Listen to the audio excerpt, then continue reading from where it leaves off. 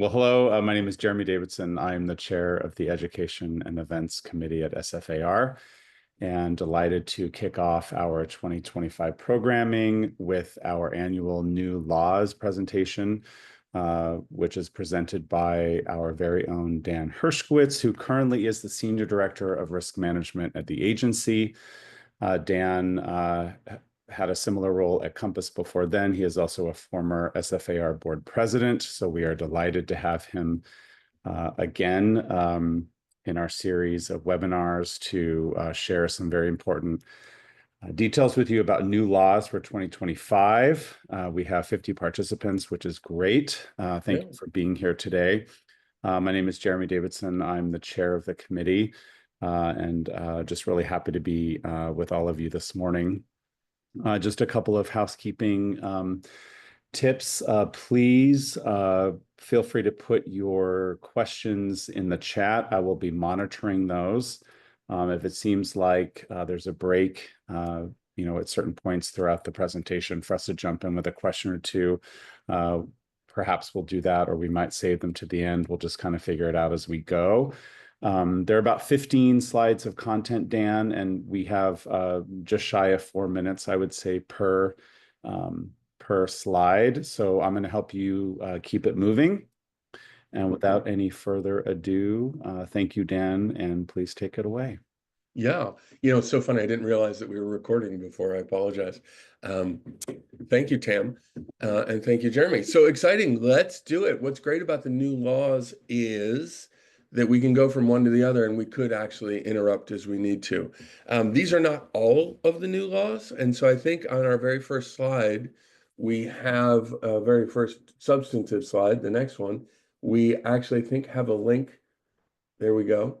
And so CAR, if you go to car.org, they have lots and lots of wonderful links, including they have prepared a comprehensive summary of all the real property related laws for 2025.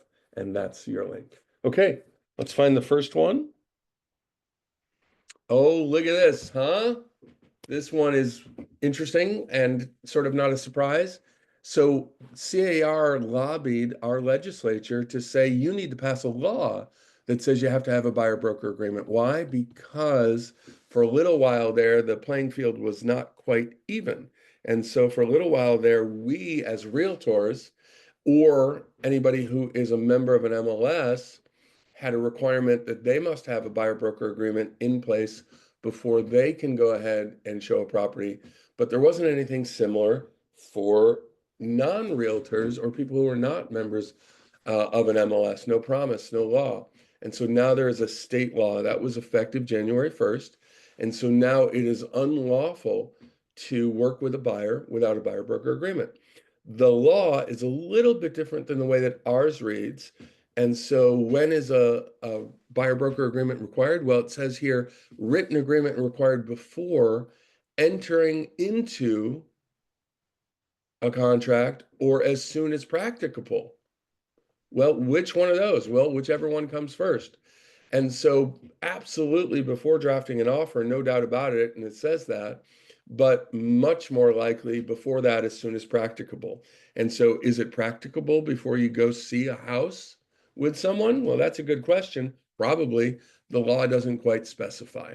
There will be some cleanup legislation, and this might get addressed in that cleanup legislation. The law also says that these agreements can't go on indefinitely. And so they have a 3-month maximum. There's no extension permitted beyond 3 months.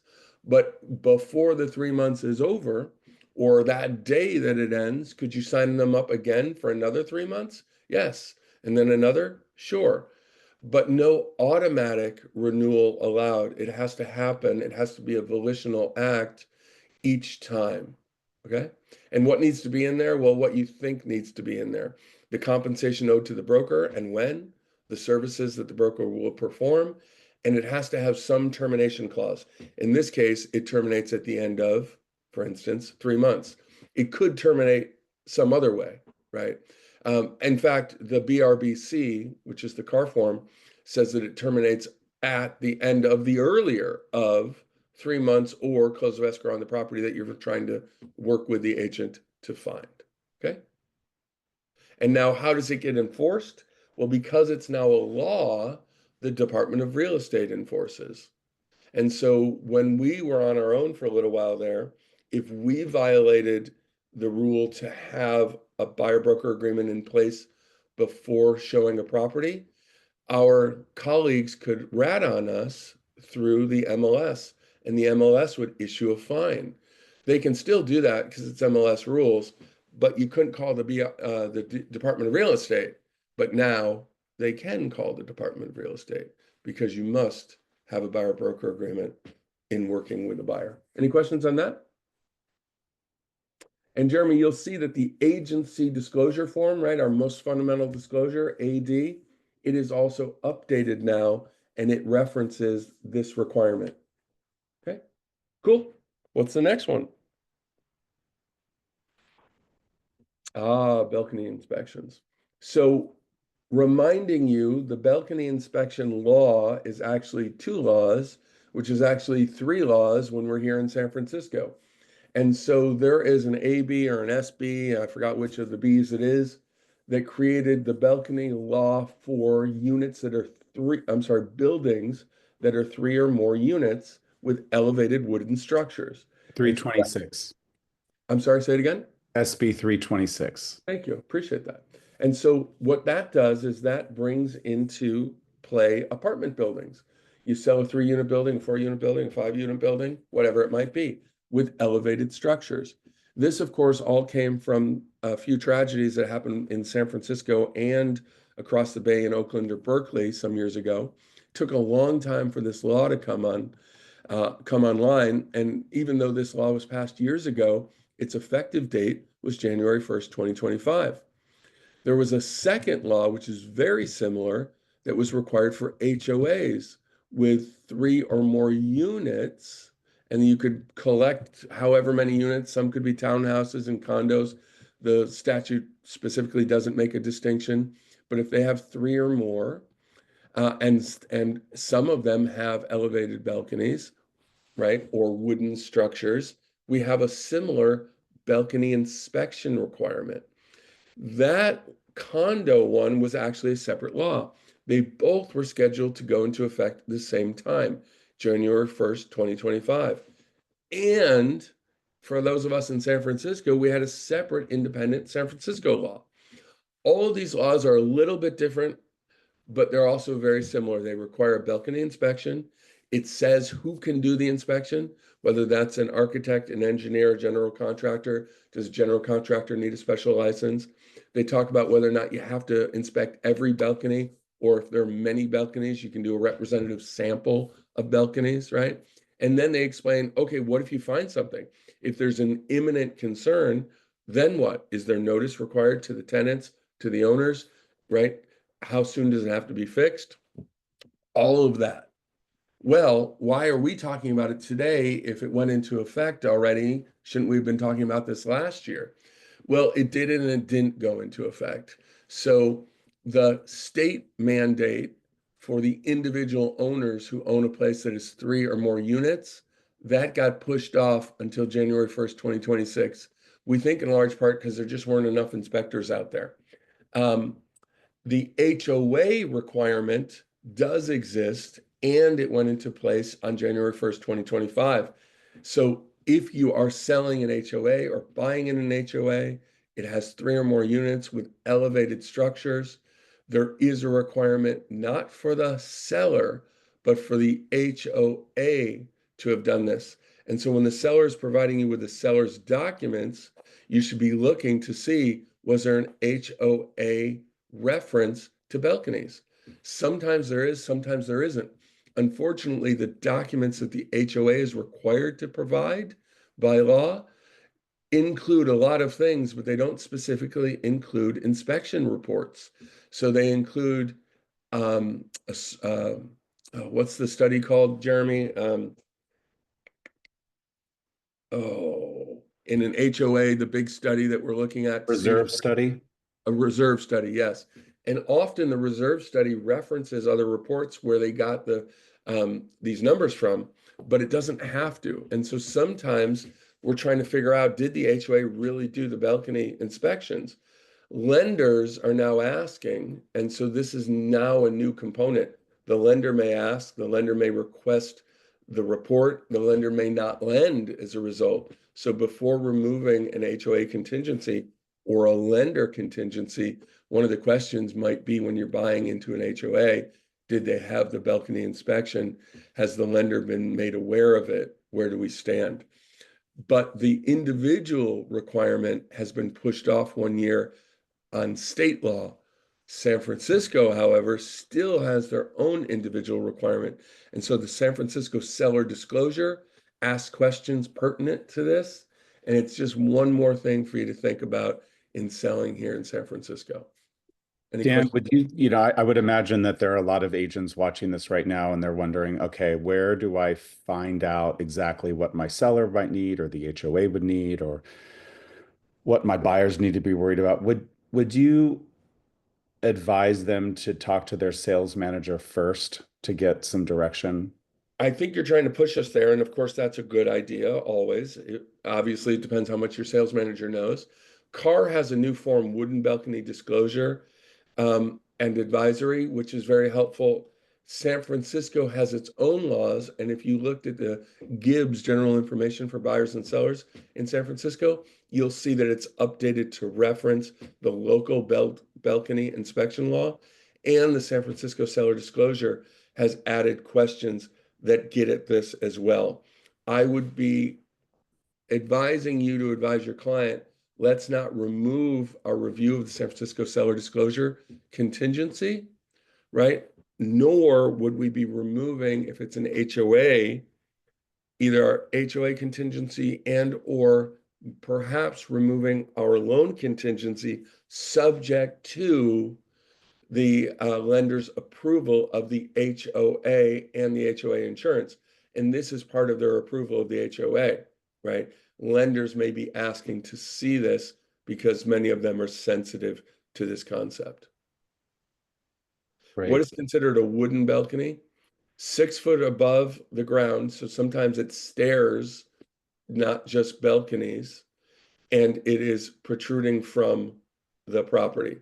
And it doesn't matter whose responsibility it is. So there have been a few HOAs who are trying to say we don't need to even have this inspection because if it's the balcony is the exclusive use of one of our homeowners, then they're responsible to maintain it. But the law doesn't really care about that. The law says that the HOA must do this. Some of them just aren't, though. Great. Okay. Okay. So I am filling out a disclosure packet, or I am, in fact, showing my clients what they need to do when making their disclosures. And one of the questions that we're going to find in several different places is, has there been work done without permit? And then the question is, a judgment call, was permits required? And what I'm suggesting to you as a great way to go about this is don't make that judgment call ever. So you encourage your client to list all of the work that was done. Then you encourage your client to list what permits they got and to state, to the best of our knowledge, we didn't get permits for anything else, right? And so now there's two lists, a list of what was done and a list of what permits you obtained. And that relieves you of that judgment call because often your clients think, oh, I didn't need a permit for that. Why are we talking about that here with a handyman law? Well, the concept is this. It used to be that handymen were, and women, pardon me, were allowed to do whatever it might be, work up to $500. And then, well, why $500? Because there's a presumption that work above that needs to be done either with permit or by a licensed contractor. And so when you're saying, okay, I had the work done, I don't think a permit was required, but I'm sure a contractor wasn't required. It was only $700 worth of work. Well, it turns out that work above $500 does require a contractor. Now, in many circumstances, the owner, particularly an owner occupier, is entitled to do that work on their own, right? But if the work was for hire and you hired an outside person and that person does not have a contractor's license, the work that they are able to perform per job, including materials, was $500. That number is now $1,000. Okay. That's all I wanted to tell you about that.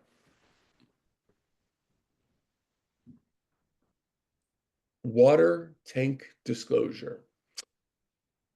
Unlikely to be a big issue in San Francisco, but if the well dried up or the house burned and the infrastructure burned, and when the house was rebuilt, the water infrastructure, either well or the pipes were no longer available, and the only thing the only thing available to bring water to the house was a storage tank, then under section 13194 of the water code, you are allowed to use a water tank rather than infrastructure that was destroyed in a natural disaster or a well that has dried up, but not forever.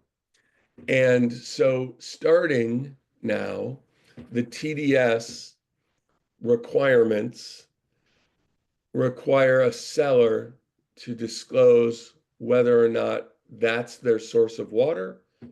And there's an admonition for the buyer to understand that this source of water, the tank, is a temporary measure and that something needs to be worked out in the future.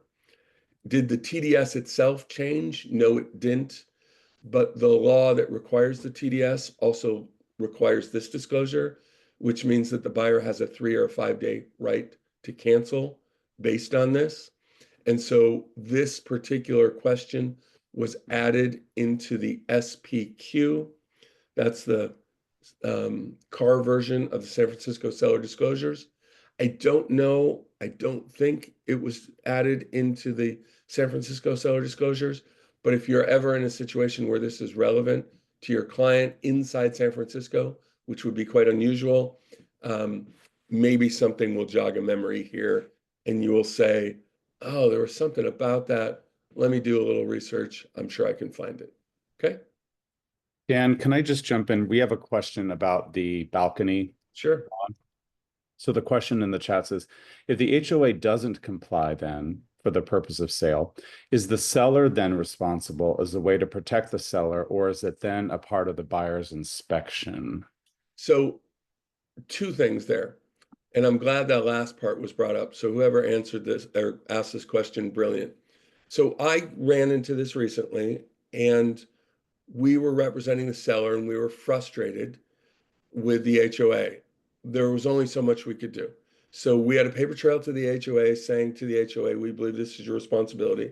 They had a paper trail coming back from a lawyer saying, no, we don't think it's our responsibility because the individual owner is responsible for the balcony. And we said there's two different issues here, right? There's the state law and there's your CC&Rs that make this exclusive use balcony. And we think the state law clearly trumps what the CC&R say, and it seems to say that inside the state law. But they were not impressed, and they just didn't change, right? And so because they didn't change, all we could do at that point was make the disclosure. It isn't the responsibility of the individual owner. The law says that, it's on its face, and the CAR form says that. Plus, even if it was the responsibility of the individual owner, that law has been pushed off until 2026, right? The 2025 implementation is for the HOA, though that would be different in San Francisco. And then finally, the brilliant part of this question was, and what's the buyer's remedy?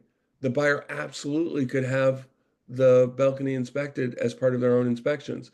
And in fact, the seller could be preemptive. And if the seller is doing a preemptive, whatever we call that, inspection ahead of time to put in a disclosure packet, could they ask the inspector to also inspect the balconies? Sure.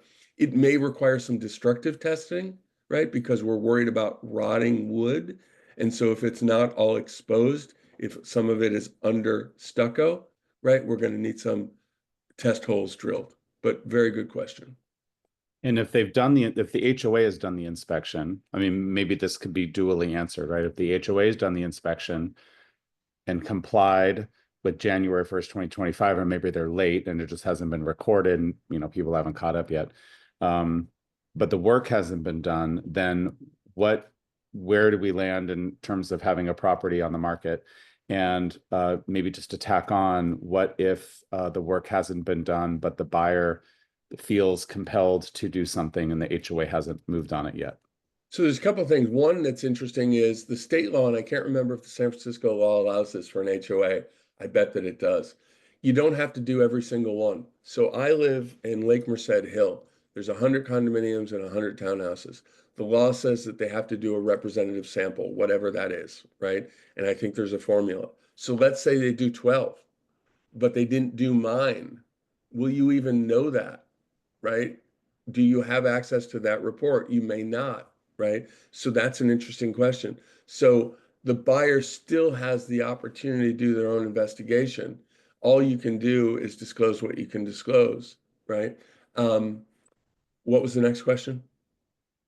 And if the HOA has done the inspection but not the work, Okay, so then the next question with regards to that is whose responsibility is the work, right? And what if we seem to have what seems to be a contrast between what the law seems to provide, which is then the work must be done within such a period of time.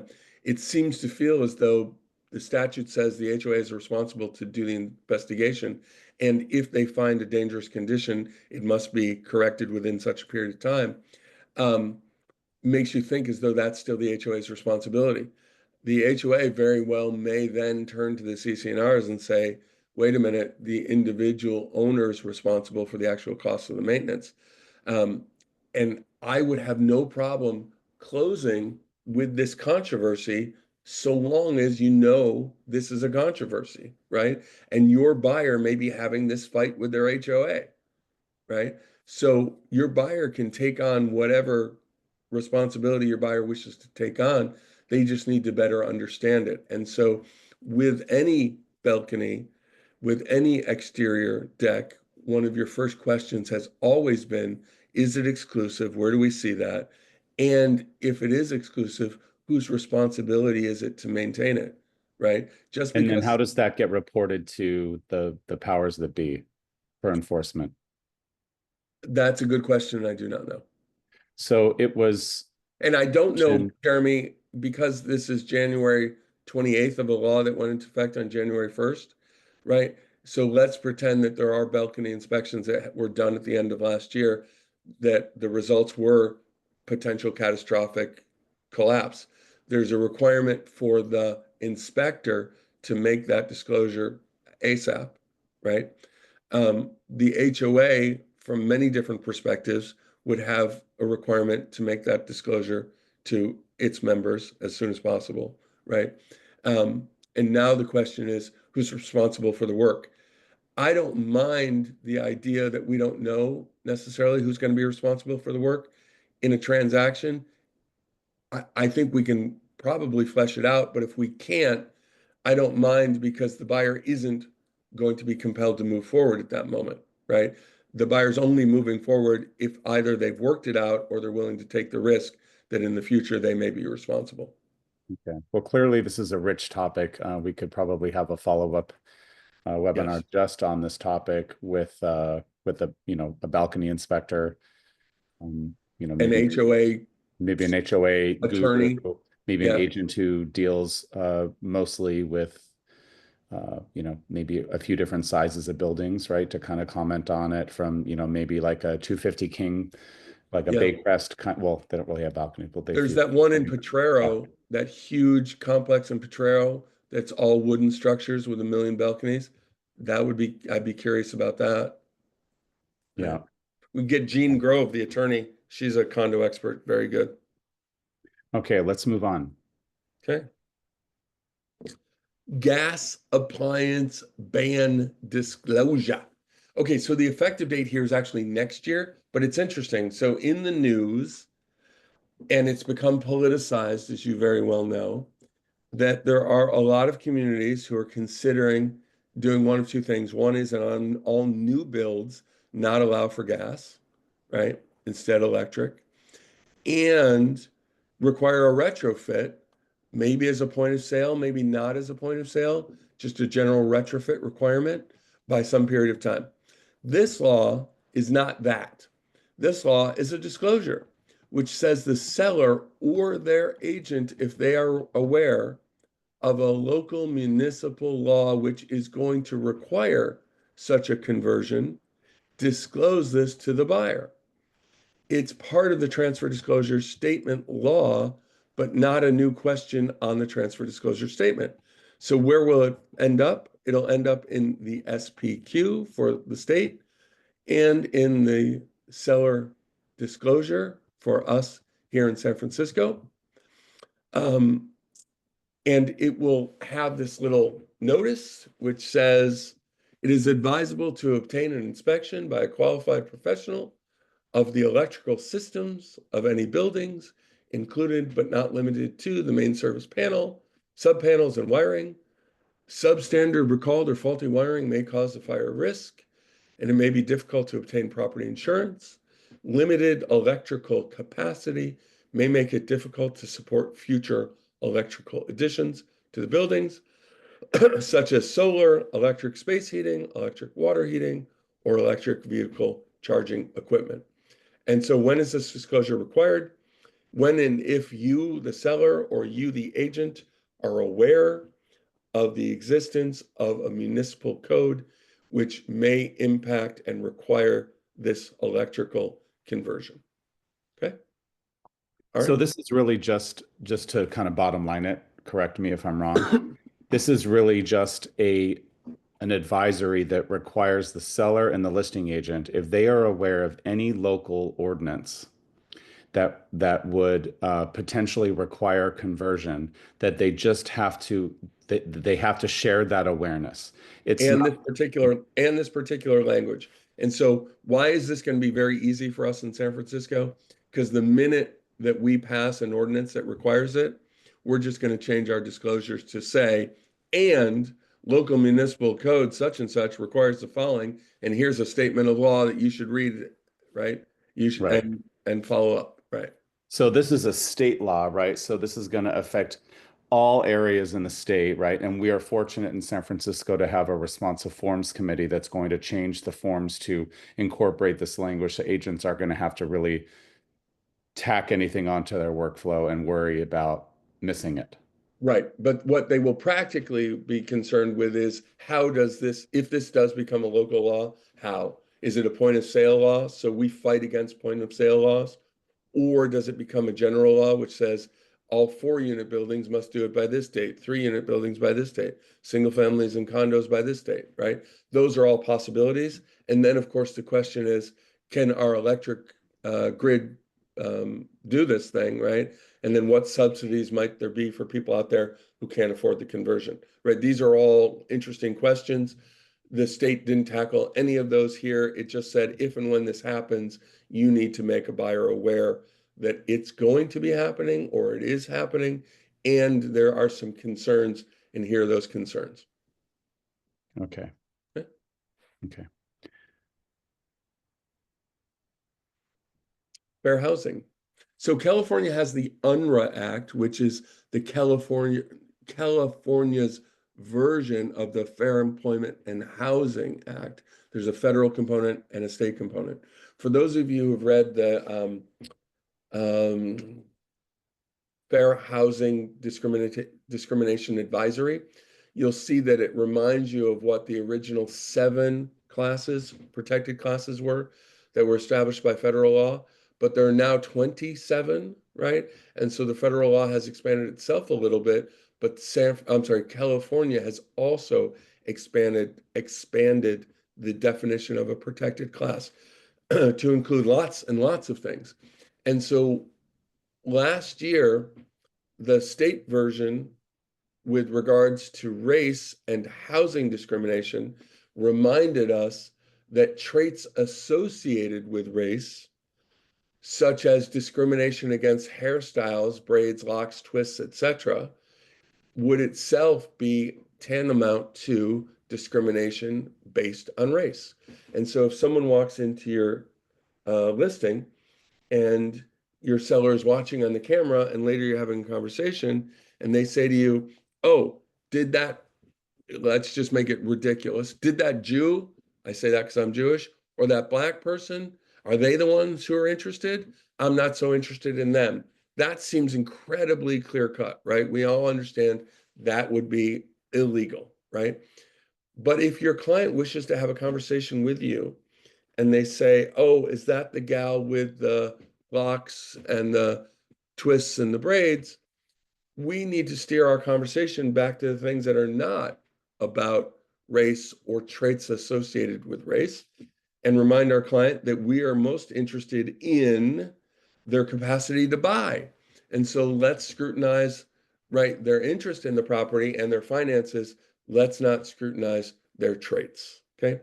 There's also an update in AB 1815 here that says any combination of discrimination put together itself as discrimination. So the idea is, well, were they really discriminating based on race and or religion? Sort of unclear. But what is clear is there's sort of a little bit from menu A and a little bit from menu B. By itself, would that have added up to anything? I'm not sure. But the law gets liberalized to say, and if we put it all together, and it seems like one of these protected classes was in fact a real substantial factor in their conversation, their discussion as a seller or as an agent in the way you acted towards this person, then that is discrimination. And how do they apply that, or how do they write that? Let me see. Sorry. Oh yeah. Clarified race. I'm sorry. I thought I had the right phrase, but I don't see it in front of me. But I think you get the idea. By the way, if we could, Tam, just go back for 1 second. At the bottom there in the gray, discrimination laws protect members of a protected class from discrimination with regards to the acquisition or benefits of housing. The buyer themselves can discriminate all they want as to where they live. And so the buyer can say, I want you to search for me for something right near the church or right near the synagogue. That's super important to me, right? Whereas when you're putting out a listing flyer, you don't want to say that one of the great benefits is that it is right next to the church for fear that you're signaling we are Christians and that's who we're interested in selling to. Okay? Okay.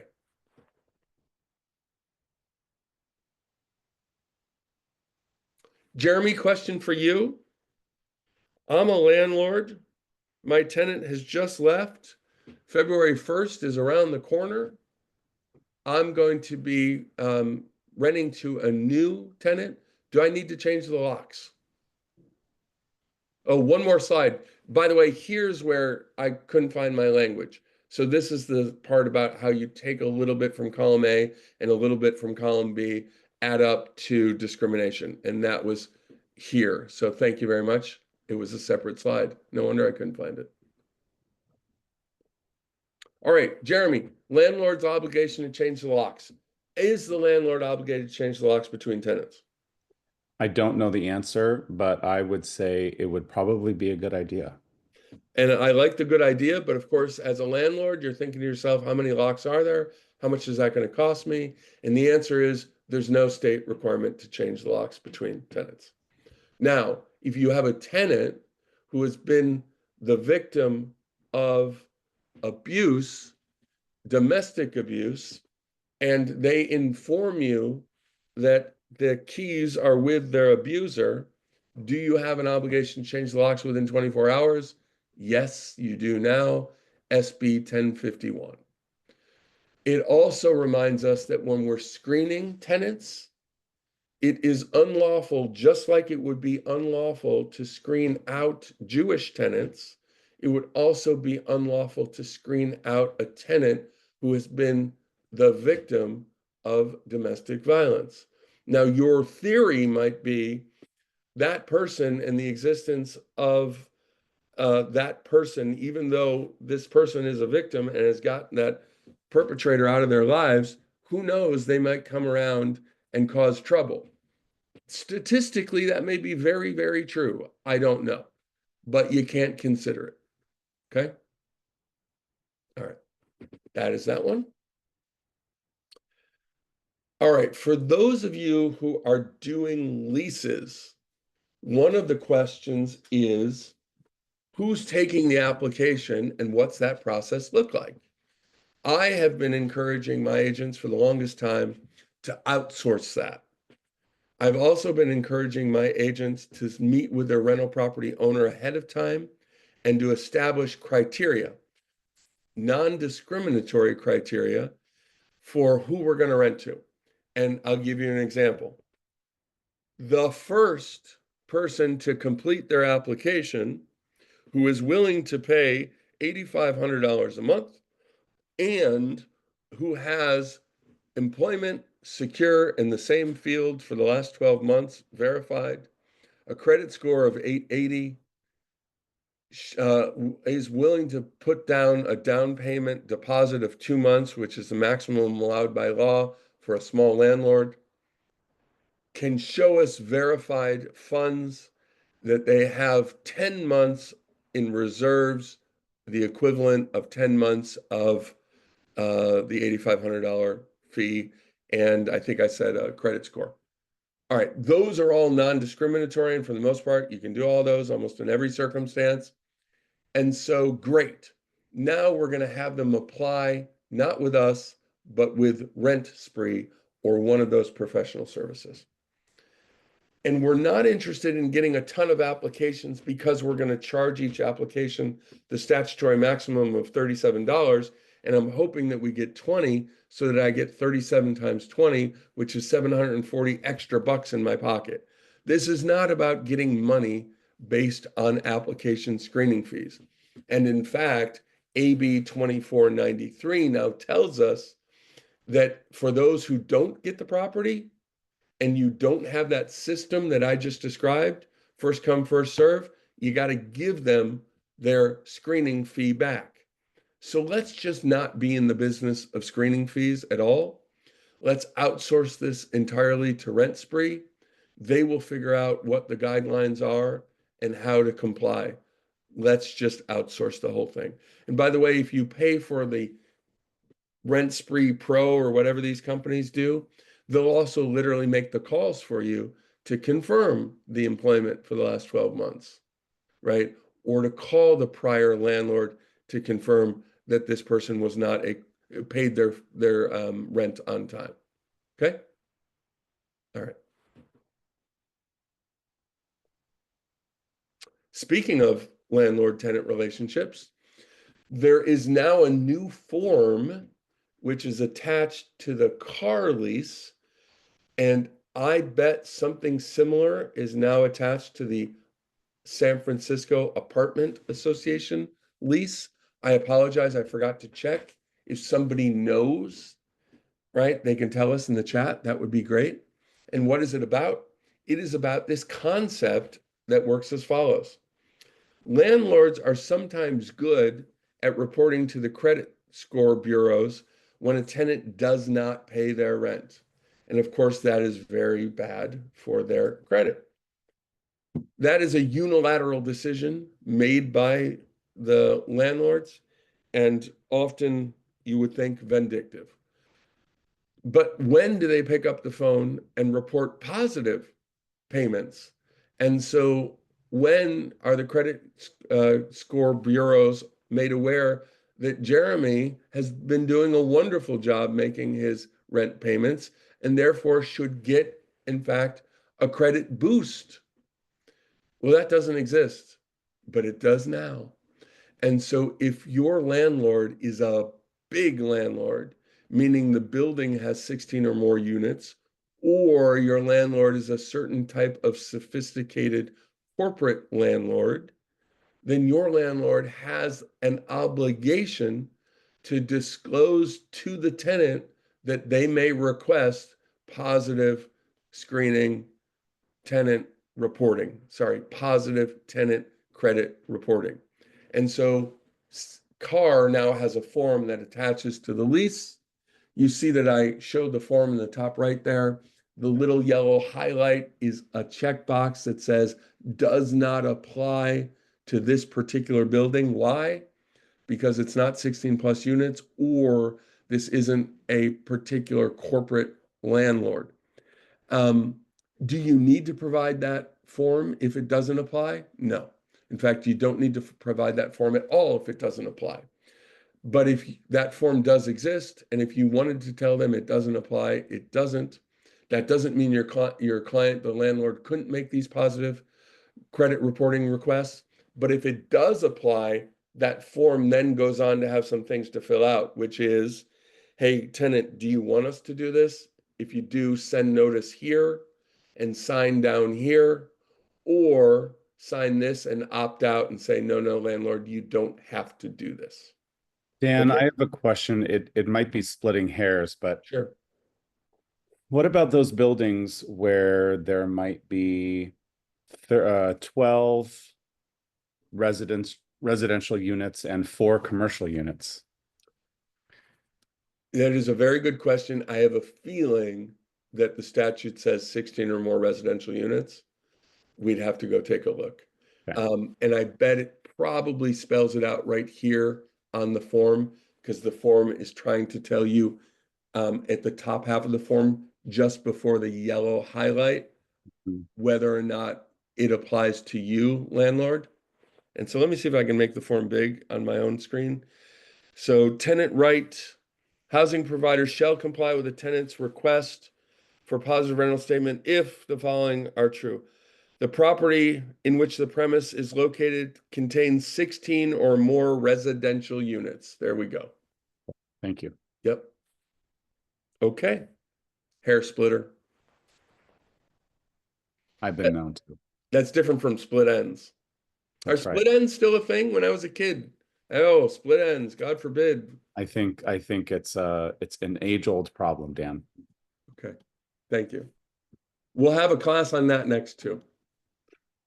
Okay. So, Jeremy, if you were a lease listing agent, have you been a lease listing agent? I happen to be engaged with my first lease listing at the moment. Okay. My only advice would be to engage another agent who is experienced to tag along to make sure you're doing it right. Um, One of the things that's interesting is I happened, of course, worked with your firm, and I know that your firm is big on reminding us that our duties end when the lease is signed and we put the tenant in, and that we don't continue and do property management. Right. And the lease listing agreement is very explicit about that.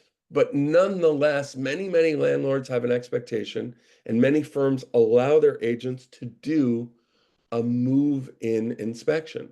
And is there a CAR form? MII, move-in inspection? Yeah. And does that form allow you to check boxes to say, hey, here was the condition of the property, right? And now when they move out a year later, is the landlord or the property manager going to be pulling out that form and then looking around the property and using the move out inspection form and making a comparison? Yeah, they're going to do that. But what's funky about that is, wouldn't it be great if we had visual proof, not just some check boxes that say something's in good condition or fair condition? What exactly does that mean? So one person did a move-in inspection that said the rug was in, quote, good condition. And then later, someone does a move-out inspection and they mark that the rug was in fair condition. Well, fair seems to be less than good. So the tenant must have done something. Let's charge them $8,000 to replace the carpets. So that has become problematic enough that there's a law, AB 2801, that says you can't ask the tenant to pay anything beyond, first of all, what's normal wear and tear, and you can't ask them to pay anything unless you have some actual proof. And what would be good proof? Well, if only we could drag a camera around with us wherever we went. But that seems to be quite a burden to put on someone. Oh, wait, I have a camera with me now. And so now the requirement is at the time you do the move-in inspection, you have to have photos of everything. And if you don't have a photo to compare it with, when they move out, you can't ask for the money because you could have easily documented and proved from photo A to photo B that in fact it was more than mere wear and tear, but you didn't bother to do that, and we're not going to give you the benefit of the doubt. Okay. This law Question. also addresses landlords who have employees who prep properties for the turnaround between tenants. And if those employees are paid an hourly wage, when it is and isn't, that the landlord can charge those fees and put those onto the tenant and take those from the deposit. Okay, go for it. So are you saying that once a tenant signs the lease, so let's say the tenant signs the lease on Monday morning at 10, right? And you're in the unit. Are you saying that the minute that lease is signed, that the agency regarding that lease is over? Yes. So wouldn't that be the perfect time to take your camera and go through and your video on your phone and do that walkthrough? So are you suggesting that you would do that before the lease agreement were to be signed? So you have, so first of all, that would be the perfect time for the property manager to do the move-in inspection and not you. But Mm-hmm. practically speaking, lots of the agents do that regardless, right? So if you are going to do this, you'll see that in fact, there is a mechanism built into the lease and into the law that allows us to establish what the condition was when we moved in. I would say because we're probably advertising the property to try to get tenants there in the first place, that practically speaking, we will have done all of the photos ahead of time. Though it's not the same as a listing photo shoot, it's pretty close, Mm-hmm. right? And we can easily establish it at that point. And then we have those pictures that can coincide with the actual form, the move-in inspection confirmation form, right? But if we didn't have those pictures and we are using move-in confirmation form, which there's some period of time that can be done, it can actually be done before they move in or shortly after they move in. I forgot the time frame. But there's a time frame, and I think it's a couple of weeks, maybe it's 3 days. I forgot. Somebody who does a lot of leases want to speak up, feel free. Um, but anyhow, my point is if it's all we have is a piece of paper and we don't have pictures to compare it to, we have a problem. Great. Okay. A couple things. One is we have a comment. Wasn't the title landlord replaced last year to now say housing or home provider? So we have rental property owner and housing provider depending on its context. Housing provider includes the property manager. Rental property owner is a reference to the landlord. And it's difficult not to say the word landlord for a lot of reasons, including we haven't come up with a solution for when I'm recommending that you go talk to a landlord tenant attorney, right? So we're in the state of awareness and adopting language. Yeah. Okay, I just want to point out we have 10 minutes left. We have two more slides, and I'm sure we Oh, have some burning questions. So if people could start putting your general questions in the chat for us to take a look. And then Dan, if you'd like to move on to the next slide about foreclosure. well, just for fun, back to landlord. So the Mm, statute hasn't changed. The statute refers to this person as the landlord, right? It's the car forms that have changed. okay, thank you. Oh yeah, this one is interesting. And in fact, it's our second to last slide, right? Okay, great. Um, so here's some good news.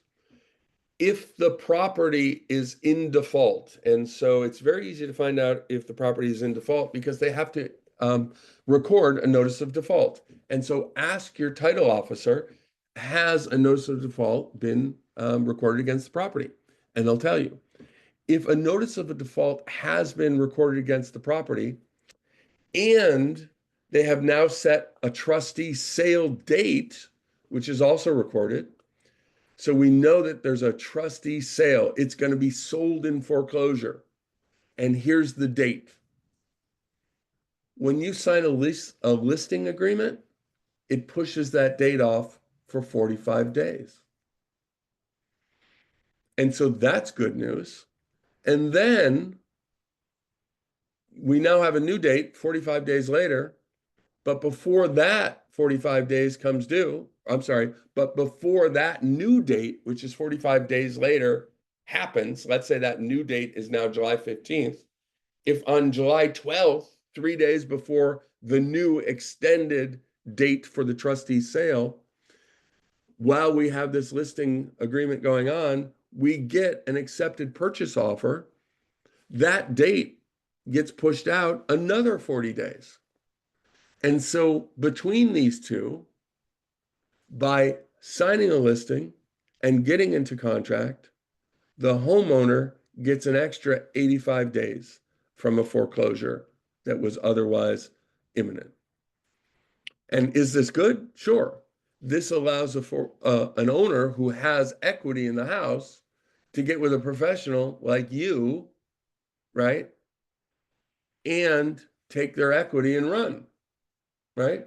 And so, how could you use this proactively?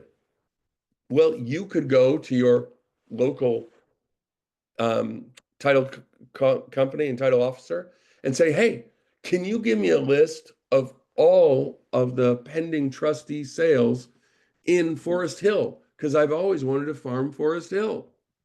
And they say, sure, there's 3. Here they are. Great. I'm going to go contact them. Now, look at the do not call list or whatever else you need to do to make sure you're contacting them correctly. But you can explain new AB 2424 says, I know you have this trustee sale scheduled for March 12th. Why don't you sign a listing agreement with me and we'll talk about trying to get your equity out of this and we'll make sure that it gets pushed off another 45 days. That seems like that could be a good thing, right? So that is the crux of AB 2424. It also, however, has another component which says the foreclosure sale may not proceed unless it's sold at 67% of the appraised value. So does it allow for some wiggle room there? Sure. Are you going to do a hell of a lot better than 67% of the appraised value? When you sell it, you sure are, right? But it still can be sold. They can sell out a lot of their equity from under them, apparently, but there's some threshold here, okay? We'll do one more slide for a minute, and then we'll have 5 minutes of Q&A. Jeremy, have you ever visited a property in San Francisco that has a swimming pool? I have, in fact. Oh, cool. Where? A single family home? It was a single family home. What street was it on? There's one in Forest Hill that I'm aware of. Rumor has it there's one in the Sunset. I got to think Pacific Heights has a few hiding in there, right?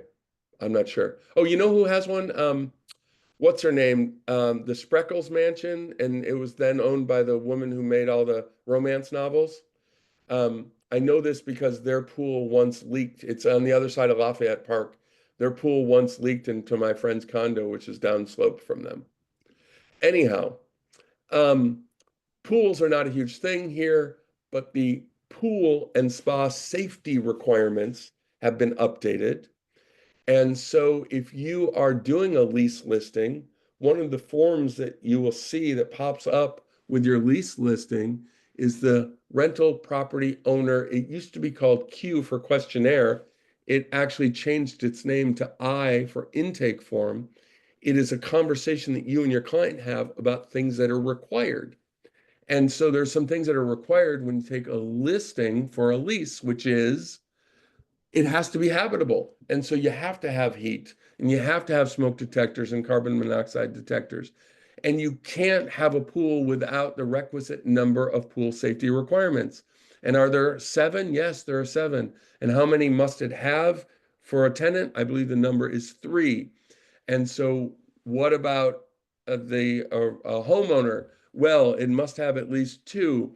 Unless you're doing a substantial remodel, then they require you go up to three. Or for new construction, it's three. Okay, great. But what are those seven? Oh, well, here's what they are. That list of seven has been updated because technology has changed, and some things don't exist anymore, and some new devices do. And so, as you can imagine, there's better motion detecting devices, right? Home and Nest have them, right?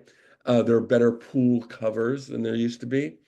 And so, this law talks about that. It talks about the requirement for a home inspector, whether or not they are a member of ASHI or whatever, if you're a professional home inspector, even though you're not regulated and licensed in the same way, you have to, in your report, explain what the seven devices are and report how many it has.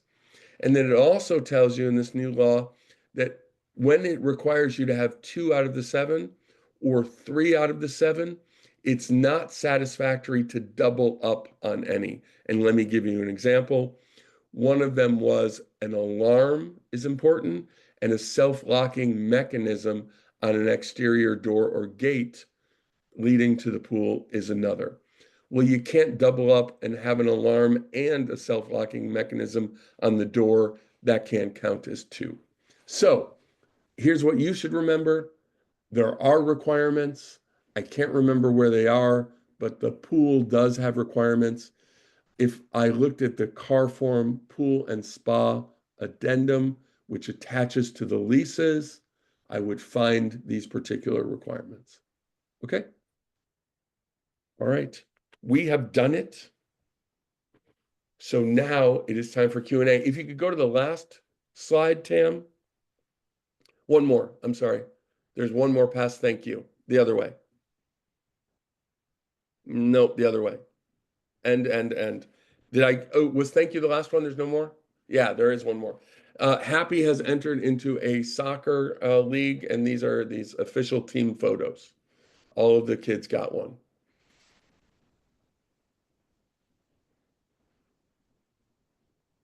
Cute. Yes, it is. Okay, questions? Okay, so we have a couple of questions here. Let's see. Would you obtain a third-party authorization and submit the listing agreement to the bank on the seller's behalf, similar to a short sale? That's a good question. The AB, whatever that was, with regards to foreclosure, AB 2424, um, does have notice requirements and a mechanism for notifying the trustee. It isn't particularly complicated. I think it's as simple as you are now on notice that I have a listing agreement. It actually requires that you have the property listed by a licensed agent and listed on a public platform. That, of course, could be the MLS. And I didn't take notes as to what the notice requirements are, but I remember when I read it originally, they aren't very onerous. Okay, let's see. What are the legal consequences of showing a property to a prospective buyer without signing the PSRA or a touring agreement equivalent? Sure. So there are two things. One is, let's say you go to a property with that client, the listing agent totally suspects that you don't have a buyer broker agreement because that same client was there 10 minutes earlier and they asked and said, no, I totally don't have an agent. And now they're back 10 minutes later with you. Um, they can rat you out anonymously to the MLS. The MLS rules that you have agreed to say the MLS can ask to see a copy of your buyer representation agreement that you had in place at 2 o'clock on Sunday when you went to the property with someone identified as Sarah. And if you're unable to provide that to them within 24 hours, our MLS fines you $5,000. So there's that. And then there's progressive fines if it happens again. Because it's now a law, all laws are, if you breach a real estate related law, that's also an ethics breach. And so you could be brought to your ethics, it could be an ethics hearing at your local association, and you could be disciplined accordingly. They could fine you, they could suspend you from their association for some period of time, and or because it's now a law and the DRE has responsibility, the DRE can investigate and punish you in the same ways the DRE can always punish you. I would be very surprised if you would lose your license over this, but they could fine you or suspend you or give you a restricted license. And just on that note, I did hear a story the other day that there is some action being taken against an agent who was caught getting into contract without having a BRBC in place. So it is important to work all of this into your workflow. One of the things there is, so that agent specifically asked about seeing an open house, but if you are, if you've entered into a BRB, I'm sorry, if you have represented a client and you signed a contract with them and you don't have a fee agreement, you don't have the right to collect a fee. And so when you make a demand to escrow for your 3%, if they're clever, they say no. Or after close of escrow, they bring a complaint with the DRE and ask for restitution because you never had a signed agreement. They probably get their money back. Great. I'm being told that it's time for us to wrap up. So Okay, a lot of people are asking about slides. Yes, the link will be provided. And this has been recorded. It will be on the SFAR video library. So I just want to take a minute. Dan, thank you for all of the time you put into this research. I know our members find it invaluable. Thank you to everybody for participating. Your questions are so cogent and really appreciate your level of engagement. We had 75 people on the call today. So thank you so cool. much. It's a pleasure to support you. And thank you again, Dan. Thank you, everybody. Super fun as always. Have a And great day. Tam, thanks for putting it all together. Yes, thank you, Tam Yeah. and Jen. And those of you who are interested, the education committee is super fun, and Jeremy has been heading it now for a few years. And we are all learning quite a bit. And we thank you, Jeremy. Thank you, Dan. Have a Okay. great day, everyone. Bye, everybody.